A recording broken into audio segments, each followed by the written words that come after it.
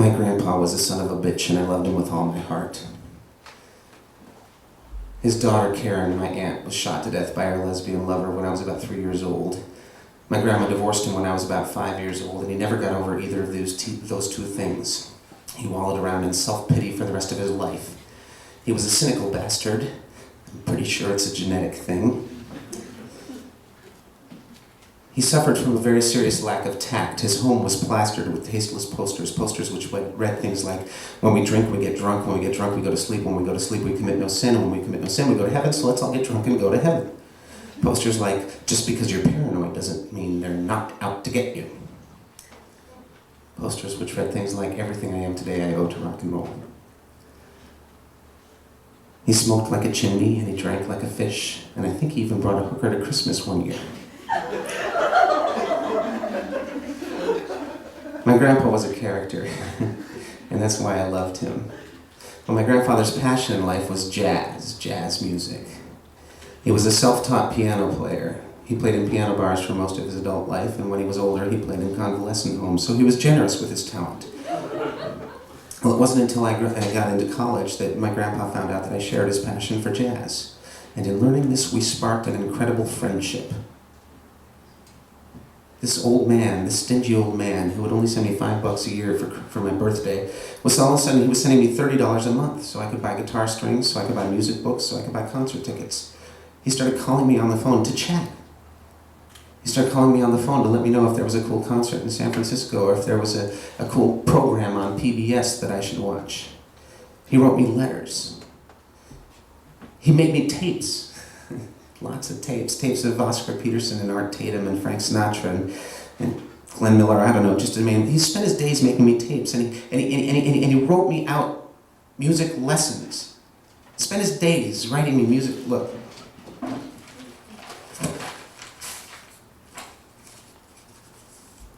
All day long, he spent his days writing out music lessons for me.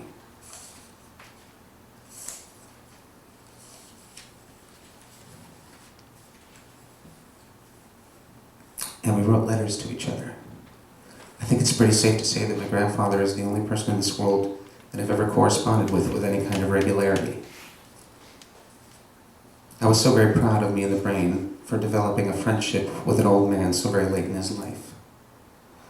But of course my grandfather had to overstep the boundaries of our friendship. He called my mom one day and he said, "You know, I've been writing to Paul a lot. And I think I should write him a letter and warn him about the dangers of drugs. He's in college now, and I should warn him about the dangers of drugs." And my mom said no. She didn't want him to influence me with his slightly racist points of view. She didn't want him to influence me. She said, "You know what, Paul's fine. You don't need to write him. Don't write him a letter. Don't write him a letter. Don't write him a letter. Don't write him a letter." 2 days later, I got a letter. "Dearest grandson Paul, I have been teaching you some time now about the dangers, about jazz music. You have been using me for my knowledge of jazz, and we have developed a wonderful friendship because of our shared passion for jazz. Well, I want you to know something. I'm very knowledgeable about other things too. One of the things I'm very knowledgeable about is the dangers of drugs." And he went on to tell me that if ever a black person tries to befriend me, chances are that the only reason they're trying to befriend me is because they want to get me hooked on drugs. If ever my car is broken into and my stereo is stolen, chances are it was a black person who was stealing my stereo to sell my stereo to get some money, to buy some drugs, to befriend me, to get me hooked on drugs. It's very complicated. Well, I read the letter out loud to my roommate in my dorm room and we laughed hysterically because, to tell you the truth, I do find humor in a paranoid old man. But my mom didn't think it was so funny, and when she found out about the letter, she gave him a call and said, "How dare you write that letter? I told you not to." And he said, "Well, I love Paul, and I wanted to make sure that he's okay." She said, "Well, I raised Paul, and I think he's okay." And he said, "But I love Paul." And she said, "But I told you not to write the letter." And he said, "But I love Paul." And she said, "But I told you not to write the letter." "But I love Paul, but I told you not to write the letter. But I love Paul, but I told you not to write the letter." finally ended with my grandpa saying, "You know what, fine. I'm writing you out of my will, and I never want to speak with you again." And my mother said, "Fine, write me out of your stupid will, I never want to speak to you again." And they both hung up the phone. And 2 weeks later, my grandfather died, or 2 months later. All me and the brain wanted to do was to make an old man, a lonely old man, a little less lonely. And it turns out that my grandfather parted this world not on speaking terms with my mother, his only surviving daughter. All because of me.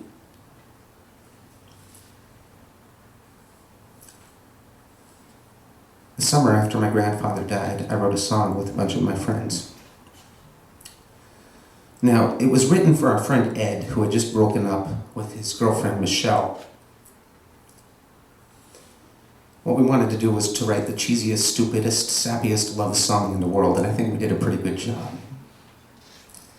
And like I said, I didn't write it by myself, I did write it with some other people, but there's one line in particular that I did write. It's all Paul. And I find myself quoting this line, because the line was not inspired by Ed's stupid heartbreak.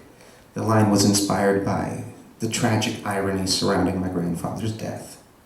And every time I find myself faced with tragic irony, I quote this line. Yes, I quote myself. If any of you ever find yourselves faced with tragic irony, feel free to quote this line. The line goes like this: "Funny the world." And the name of the song is Funny. And now I'm going to do something really stupid. If it weren't bad enough that my voice is gone, I'm a fraud. You see, I never learned, nobody ever taught me how to play the guitar. I just sort of picked it up myself. And I don't have a voice, and I can't play the guitar, and I really can't play the piano.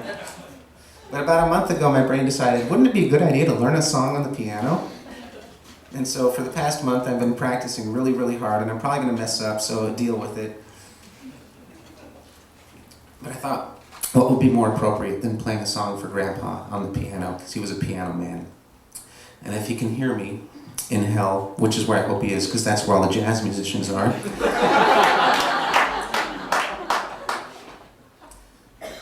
I hope he appreciates it. The song is called Funny. Oh boy.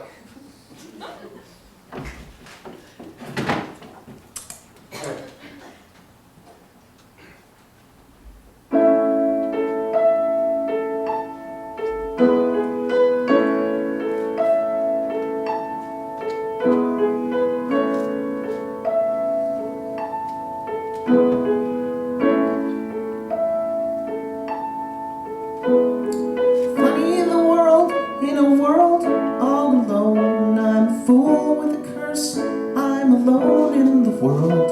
I've accomplished nothing, but accomplished more than I thought I would. Funny the shine of the stars in the sky. There's a bird singing sweetly in back of my mind. There's a funny looking albino living next door. And though I thought to myself the songs from my childhood, running around in the wilderness days, the grass and the trees and the sound of the church bells running around in my head. Funny the face of the girl in the window, her hair gleaming brightly in the autumn rain. The wind never blows through my house as it did once before. Funny to think about the days that have gone, the breeze of the ocean, the songbirds that sang. The feeling's gone, but another feeling lingers on. And though I thought to myself the songs from my childhood, running around in the wilderness days, the grass and the trees and the sound of the church bells running around in my head.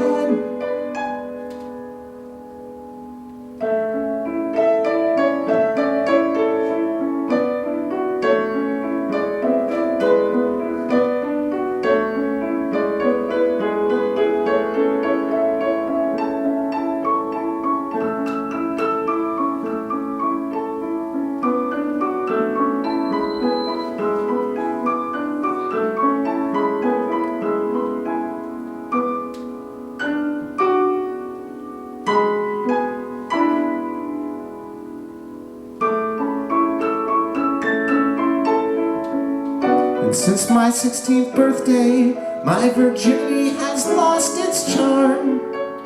But who's complaining? I'm not complaining. Who's complaining? I'm not complaining.